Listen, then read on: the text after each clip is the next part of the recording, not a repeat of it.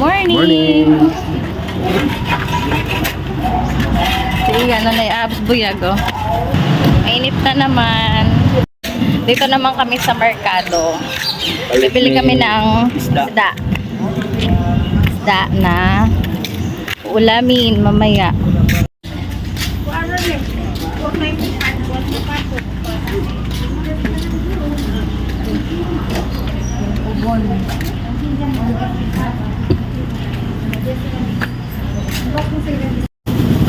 Ate, tilogon. Namay mo. Sa video-video pa rin. Si Ate. Oh, saya-saya pa. Ito isda. Pang-sabaw ba? Masabaw man eh. Kani masabaw man nilo kani. Kang mama ba? Para mo. Ito na yung nabili naming isda. Nag-ready na pala si Maya ng isasawag na malunggay. Lunch is ready. Let's eat! After namin mag-lunch ay tumulong pala kami dito na mag-segregate ng mga gamit dati ni mama sa tindahan niya. Hiniwalay namin yung mga magagamit pa at hindi na para ilagay dun sa bodega. Hindi rin kasi kami nakatulog kasi sobrang init. Nagkaroon ng brownout from 5 a.m. Nakita pala kami ng old 10 peso bill na naka-insert dito sa notebook or novena notebook. Nakita na Jetro, tapos tiningnan ko, meron nga. Yung sobrang luma na siya. After naman nun, nakabili kami ulit ng suman, pero ito yung dinumugan ng tawag sa amin. Pinaghalo siyang saging, tsaka yung bigas na giniling. I-prepare naman namin sa soft drinks. Sobrang sarap pala nito. Favorite ko to nung bata pa ako. Mga 6 p.m. ay bumili kami ng lechon manok na uulamin ng hapunan. Tapos si Ninyo naman ay bumili ng isda sa merkado. Tapos babalikan lang namin yung manok kasi nag-rides muna kami saglit. Ikot lang kami para magpalamig kasi sobrang init talaga sa bahay. Wala pa rin kasing kuryente. Nag-stop lang din kami dito saglit kasi sobrang ganda ng sunset. Tsaka ang sarap ng hangin. Good morning everyone! Kain po tayo ng breakfast. Magang-maga pala, naghatid si Ate NN dito ng favorite kong ulam, yung crab. At ito naman yung niluto ni Maye, yung maling. Ito yung ulam namin ng breakfast. Ito syempre unahin ko yung favorite ko. Kasabay ko pala sila dito kumain, pero ako lang yung nagbe-video. Tapos dalawa lang yung crab. Ayaw kasi nila kasi bawal, kaya ako lang yung kumain. Ganitong pagkaluto yung gusto ko, yung hindi ko na siya kailangang i-crack. Kasi pagkabalik ko pa lang nakukuha na agad yung laman niya. So, ganito yung luto ni Ate NN. Thank you so much, Ate NN. After namin kumain, nagpunta kami sa munisipyo para magbayad ng electric bill. Inutusan kami ni Mama. Kaso wala yung buhay ko doon. Kaya umuwi muna kami para mag-lunch. Ito pala yung ulam namin, nagulay at isda. After namin mag-lunch, ay pupunta kami ng Alicia kasi doon na kami magbabayad ng electric bill kapag wala na yung buhay ko sa munisipyo namin. 3 days lang daw kasi sila. Kahapon ay holiday, pero nandun pala sila. Akala kasi ni Mama, wala sila doon kasi holiday. So, kailangan namin pumunta doon para hindi magka-penalty si Mama. Dito na kami dumaan sa La Union Candihay, papuntang Alicia. Dumiretso kami sa munisipyo pero wala pala doon yung opisina nila. Buti na lang nakita kami ni Coach Rex, yung dating coach ni Jetro tsaka ni Ninyo. Tinuro niya sa amin kung saan yung opisina ng buhay ko. Nandito lang pala sa public market sa may second floor. Sobrang bilis lang ng process kasi konti lang yung mga nandun. Akala namin mahaba yung pila. So after namin doon is dumiretso kami ng Ubay kasi nagbibilhin kami sa may Mercury Drugstore. Magpapagas din pala muna kami sa may Petron pero wala pala silang premium. Buti na lang tinuro naman sa amin ni Kuya kung saan yung isa pa nilang branch na mayroong available na premium gasoline. Tapos, nagpunta na kami ng Mercury. Maganda pala yung branch nila dito, malaki. Pag uwi namin, ay dito pala kami dumaan sa may San Roque. Hindi na kami dumaan doon, bandang Alicia. Kasi parang ma-shortcut dito. Tapos, dumaan din kami saglit dito sa simbahan. Sobrang ganda ng simbahan. Ang St. Michael the Archangel Parish. Tapos, tinry ko pala yung habaan yung invisible stick para magmukha siyang drone. Ayan, para siyang naka-drone shot. Ang cute. Medyo mahaba pala yung part na to kasi na-amaze ako. Nanibago ako sa kuha. Nag-enjoy ako. At wala akong masyadong may kwento. Kasi parang inantok na ako. Tsaka kung mapapansin nyo sa boses ko, sinipon kasi ako kaninang umaga. Kaya yun. Pasensya na kayo kung parang walang energy yung voice over ko. Baka antukin rin kayo makinig sa kwento ko. At andito na ulit kami sa Poblacion 1. Karating na kami ng bahay, ng safe. Thank you, Lord.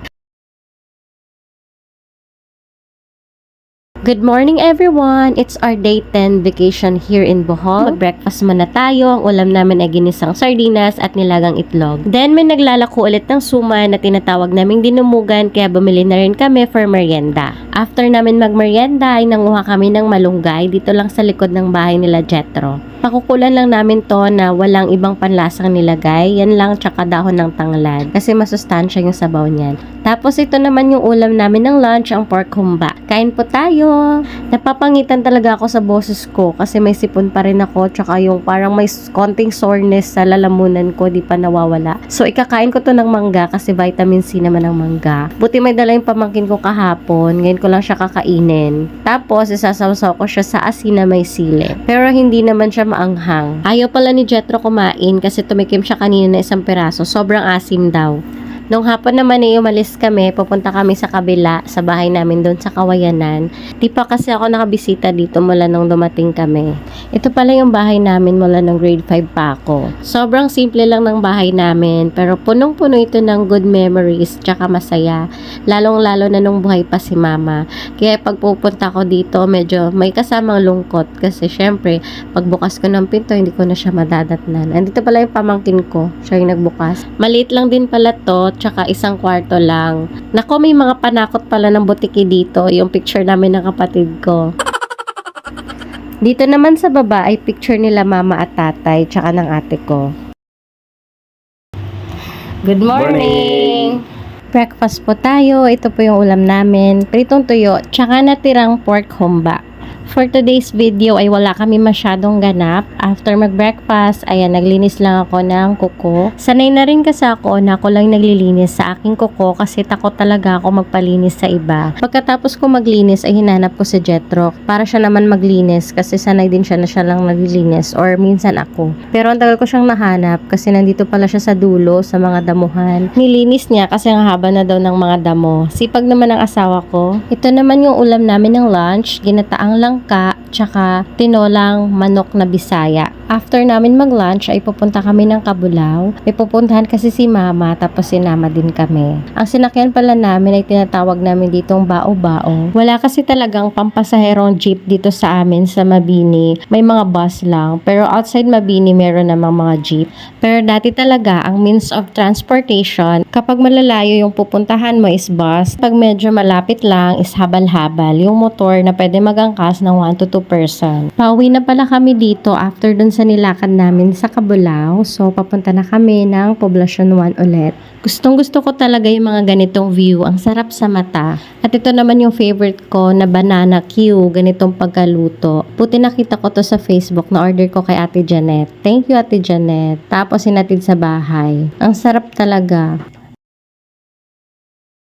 Good morning everyone! Second Sunday ng bakasyon namin dito, kaya samahan niyo ulit kami magsimba dito sa Santa Monica Parish. May dalawang mass pala dito sa umaga. Yung first mass ay 6 a.m. Then yung second mass is 8:30 a.m.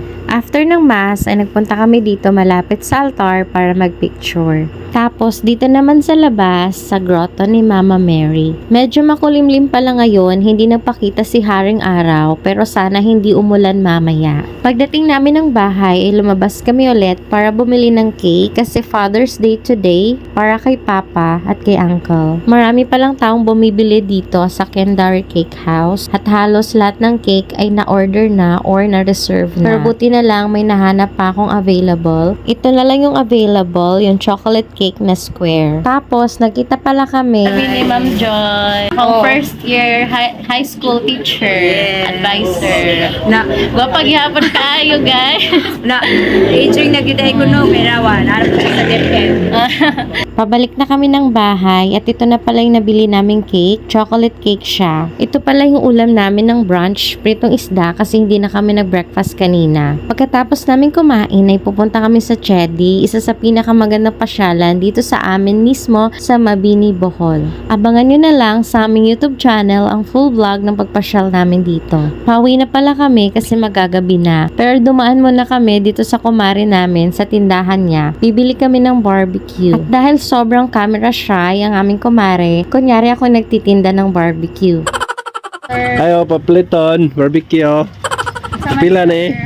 Tag 20. Kana nang Ay, 10. Kasadang. Pila ka buok. Kana, mga kuan, 11 ka buok. Ha, taga ni tanan? Oh. Ah, tanan man na niya dito. Kani ko na tanan man. Dahil ako yung nagtinda, si Jetro naman nagluluto. Si Mads Cat na yung nagluto ng barbecue kasi may nakakwentuhan na si Jetro, yung kanyang kumpare. Nakaturn na pa sila ng suot. Naluto na pala yung barbecue namin kaya nagpicture muna sila ng inaanak niya bago kami umalis, tsaka si kumpare Mark. Camera shy talaga si Mads Cat. Good Good morning. morning. Mga unta. Mahaw ka. Mahaw de. Ito lang pala yung kinain ko, yung puto na kamoting kahoy. Sa Jetro naman ay rice, tsaka yung barbecue namin kagabi na hindi pa naubos. Wala ulit kaming ganap for today's video. After mag-breakfast ay nag-edit lang ako ng mga vlogs namin. Tapos, pumunta lang kami ng Poblacion 2 kasi may binili lang kami doon. Nakikita niyo ba to guys? Itong malawak na open field. Ayan, sobrang lawak niya at magkabilaan. Magkabilang kalsada yan. Ayan, so paikot yan. Binidyo ko. Wala lang. Napadaan lang kami dito. Ito pala yung ulam namin ng lunch. Gulay. Let's eat! Nung hapon naman ay nagpunta kami dito sa Kawayanan, dito sa bahay ng kababata ko na very close friend ko din na si Clarissa. Camera shy din ang aking friend kaya hindi na namin sinama sa vlog. After namin makipagtsikahan doon ay pumunta kami dito sa tinatawag naming Tumuran kasi malapit talaga kami sa dagat. May tsuhin pala ako dito nakatambay kaya nagmano muna kami. Tapos, nagpunta na kami dito. So, low tide ngayon, kaya ganyan yung tubig. Pero kapag high tide, umaabot yan hanggang dun sa malapit sa tsuhin ko. Maganda kapag ganyan kasi pwede ka maglakad-lakad. Dati talaga, nung bata pa ako, dito kami naglalaro or naliligo minsan. Nangunguha ng yung tinatawag naming agukoy. Para siyang malilit na crab. Dito nagtatago sa may mga butas. Yan. Dati nagigigil ako kapag hindi ko siya nahuhuli. Ang bilis kasi nila. Pagkalapit mo pa lang, di mo talaga siya mahuli. Tulad niyan, tinry kong hulihin yung isa. Yan. Tapos malakas mangagat yung sipit niyan. Kaya careful ka lang, baka makagat ka. Tapos, maglalakad pa sana ako papunta doon. Kaso, nakita ko si Kimay! Tapos, dali-dali na akong pumunta sa kanya. Pinsan ko pala siya na classmate din namin ni Jetro nung high school. Si Teacher Kim. Teacher siya ngayon ng Santa Monica Institute. Tingnan mo, nahihiya din siya. Ayaw din niya magpakuha. Kaya, tinakpan ko na lang siya ng poste. Peace, Kim! Nandito pala siya sa Tumuran kasi bibili pala siya ng hipon. Dito kasi yung bilihan kasi bagsakan dito na makuha ng mga mangingisda. Uuwi na pala kami kasi maghahaponan na naman. Favorite ko na naman yung ulam, pritong danggit or kitong, tsaka gulay. Good morning everyone! Kain po tayo ng breakfast. Ang ulam po namin is corned beef na may itlog. Wala ulit kami masyadong ganap today. After mag-breakfast ay sinamahan ko lang si Jetro sa kanyang Zoom meeting. Paglabas naman namin ng kwarto ay nakita namin tong maraming mangga na bili pala ni Mama sa suki niya. Papunta pala kami niya ng munisipyo. Mayroon lang kaming asikasuhin doon. Sobrang init pa rin dito sa amin, parang summer. Pero may times naman na makulimlim or maambon. Pero bihira lang. Ang ulam naman namin ng lunch ay lechong manok, tsaka lumpia, tsaka itong mangga panghimagas. Pagkatapos naman namin mag-lunch ay nagre-ready pala si Mama tsaka si Ninyo ng gagawin na pancake. Tapos tumulong na rin si Jetro nung nakaluto na si Ninyo. Si Ninyo yung taga-salang sa pancake maker tapos si Mama naman yung taga-prepare ng mixture. Si Jetro naman yung naglalagay ng margarine at tsaka asukal sa mga naluto na. Busy silang tatlo samantalang ako ay taga-kain lang. Hindi, taga-picture. Nakakatuwa silang tingnan kasi nagbabanding rin sila sa pagluluto ng pancake. Pero dati pa talaga ang hilig ni Mama magluto. Marami siyang alam na mga recipe, lalo na yung mga about baking, mga cake, ganyan. Tapos yung ibang mga naluto namin is ipapamerienda din namin sa mga gumagawa sa labas ng bahay. Bandang 6 PM ay lumakad lang kami. Ayan, nagulat ako kasi parang may dumapo sa buhok ko. Pumunta kami dito sa labas para bumili ng balot. Malapit lang dito sa stage. May mga nagtitinda ng balot dito or barbecue sa tabi ng kalsada. And that's it for our mini vlog today. Thank you for watching. Bye!